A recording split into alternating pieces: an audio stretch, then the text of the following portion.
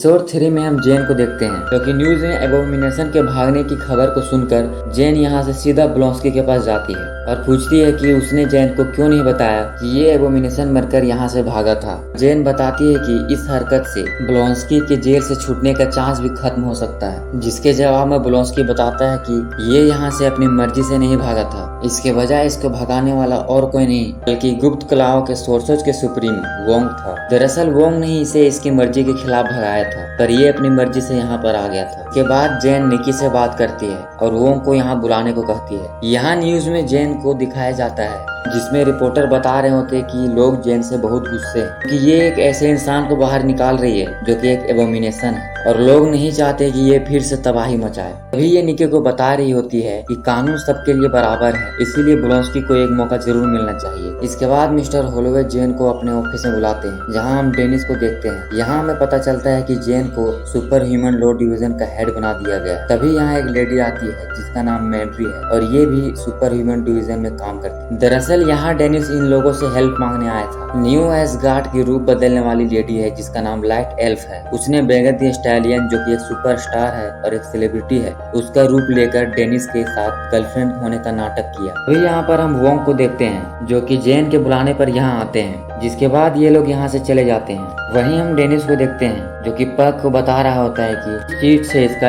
$1,75,000 खर्च हुआ क्योंकि इसने उसको ज्वेलरी दिलाई और बहुत से खर्च भी किए, और अभी ये चाहता है कि जेन के बजाय इस केस को पग लड़े और इसके सारे पैसे वापस दिलाए। यहाँ पर वोंग बताता है कि इसने ही ब्लॉन्स्की को भगाया था क्योंकि सोर्सेज ऑफ सुप्रीम बनने की ट्रेनिंग के लिए इसे एक टक्कर का दुश्मन चाहिए था। जिसके बाद जेन वोंग को पैरोल बोर्ड के सामने ये गवाही देने को बोलती है ताकि ब्लॉन्स्की आजाद हो सके। यहाँ हम पैरोल बोर्ड के मेंबर्स को देखते हैं जो कि जेन से एक ऐसा सबूत या बयान पेश करने को बोलते हैं जिससे ये ब्लॉन्स्की को रिहा कर सके। जेन यहाँ पर वोंग का इंतजार कर रही थी, पर वोंग को यहाँ टाइम पर न पहुँचने के कारण ये ब्लॉन्स्की को अपना बयान देने को बोलती है, जिसमें वो इन्हें बताता है कि ये अब बदल चुका है, इसे अपनी गलतियों पर पछतावा है और अब ये किसी को नुकसान नहीं पहुँचाएगा। इसके बाद यहाँ कुछ गवाह आते हैं जो बताते हैं कि जब से जेल आया है उसके बाद से इसमें बहुत सुधार आया है। यहाँ बयान देने वाले सभी गवाह ब्लॉन्स्की का तारीफ कर रहे होते हैं, उसे एक अच्छा इंसान बताते हैं और इसे रिहा करने को बोलते हैं। इसके बाद पैरोल बोर्ड के मेंबर जेन को पूछते हैं यहाँ से छूटने के बाद ब्लॉन्स्की कहाँ जाएगा और कहाँ रहेगा, जिसके जवाब में जेन बताती है कि ये शहर से दूर इन लोगों के साथ रहेगा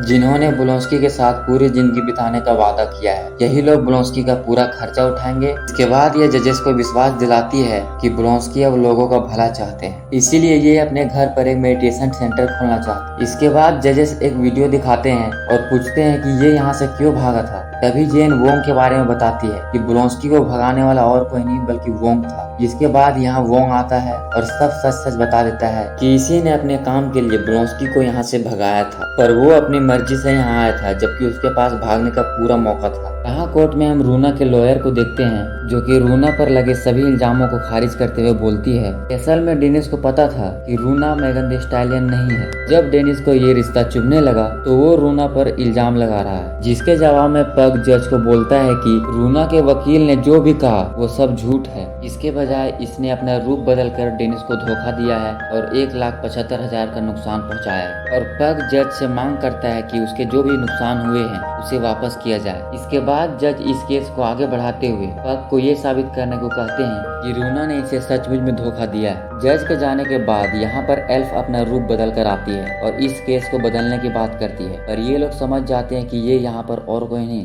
बल्कि रूना है। के बाद यहाँ के जजेस जेन को ये प्रूफ करने को कहती है क्या गारंटी है कि छूटने के बाद ये एबोमिनेशन में बदल कर लोगों को नुकसान नहीं पहुँचाएगा और ये अपने पूरे कंट्रोल में रहेगा। जिसके बाद ब्लॉन्स्की एबोमिनेशन में बदल जाता है और इन्हें बताता है कि ये पूरे कंट्रोल में रहेगा और अभी भी ये पूरे कंट्रोल में है। इसे देखकर यहाँ के जजेस बहुत घबरा जाते हैं और वापस नॉर्मल होने को कहते हैं। तभी जेन इनको समझाती है कि अब प्रूफ हो चुका है कि ब्लॉन्स्की एबोमिनेशन बदलने के बाद भी ये खुद को कंट्रोल कर सकता है। जिसके बाद जजेस अपना फैसला बाद में सुनाने को बोलते हैं। सीन शिफ्ट होने के बाद यहाँ हम इन लोगों को देख रहे हैं जहाँ पर पग जेन से मिलने आया होता है और उसे केस के सिलसिले में बात कर रहा होता है। तभी एक इसे आइडिया आता है और जेन को डेनिस का गवाह बनाकर कोर्ट में ले जाने की बात करता है। इसके बाद कोर्ट में पग जेन से डेनिस के बारे में पूछता है कि क्या उसे पता था कि वो मेगन द स्टैलियन के बजाय लूना के साथ डेट कर रहा है और क्या डेनिस किसी से बेवकूफ बन सकता है। जिसके जवाब में जेन बताती है कि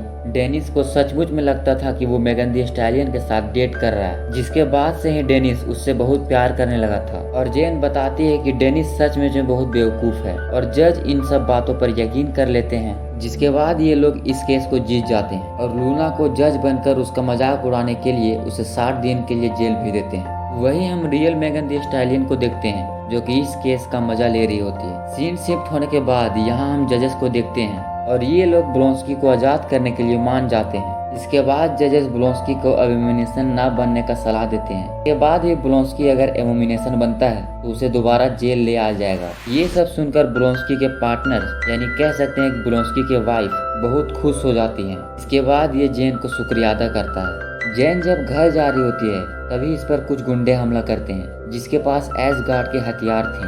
तभी ये सी हल्क में बदलकर इन्हें खूब पीटती है। इसी समय एक आदमी सी हल्क को एक सुई से वार करता है, पर हल्क रूप में होने के कारण इसे सुई टूट जाती है, जिसके बाद ये लोग यहाँ से भागने लगते हैं। यहाँ हमें पता चलता है कि ये लोग असल में जेन का ब्लड सैंपल लेने आए होते हैं, पर सुई टूट जाने के कारण ये लोग ब्लड सैंपल नहीं ले पाते और ऐसा करने के लिए इसको इसके बॉस ने भेजा था। कहानी के लास्ट में हम सी हल्क और मेगन दी स्टैलियन को देखते हैं जो कि यहाँ बहुत फनी डांस करते हैं। दरअसल ये यहाँ पर जेन को अपना लॉयर बनाने आई थी। इसी के साथ ये एपिसोड यहीं पे खत्म होता है।